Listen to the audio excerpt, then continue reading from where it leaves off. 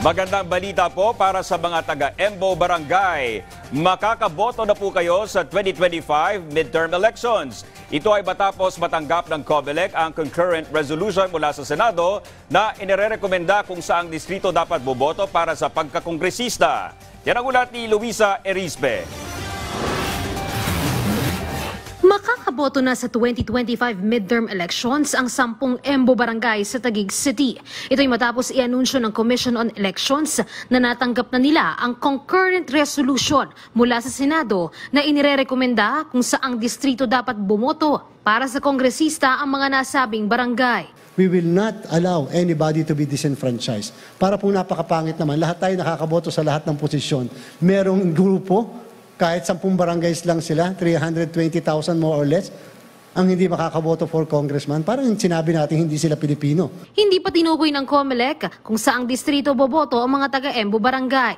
Pero sabi ng komisyon, maglalabas sila ng resolusyon kung saang distrito nabibilang ang mga naturang barangay para rin alam ng mga maghahain ng Certificate of Candidacy sa panglungsod at distrito kung saan sila kakandidato.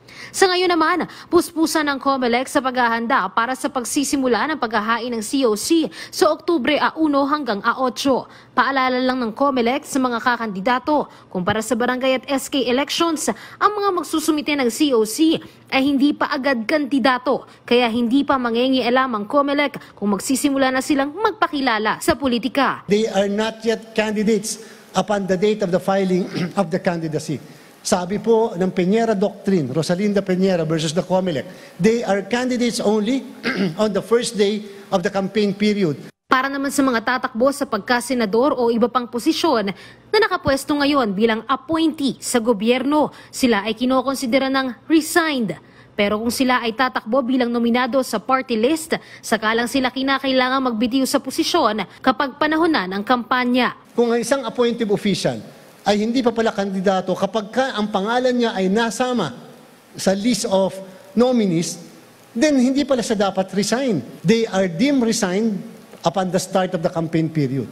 Kahit naman sa social media, nakatutok din ang COMELEC. Sa ngayon, pikit mata pa sila sa nagpapakilala bilang kandidato online. Pero panawagan nila sa paghahain ng COC, dapat pa rin i-register ang social media accounts ng mga nais kumandidato. Samantala, sinabi naman ito ng COMELEC sa National Information Summit ng Presidential Communications Office, kung saan dumalo ang lahat ng state media organizations tulad ng PTV, PIA, PNA, PBS at IBC.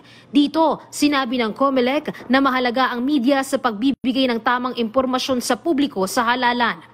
I think that the business of election is not only the business of COMELEC. It should be the business of everyone. It should be the business of all of you here.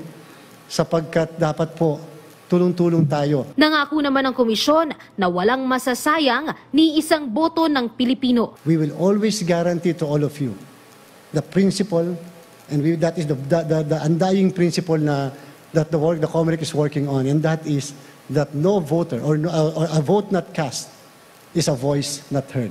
No voter should be disenfranchised.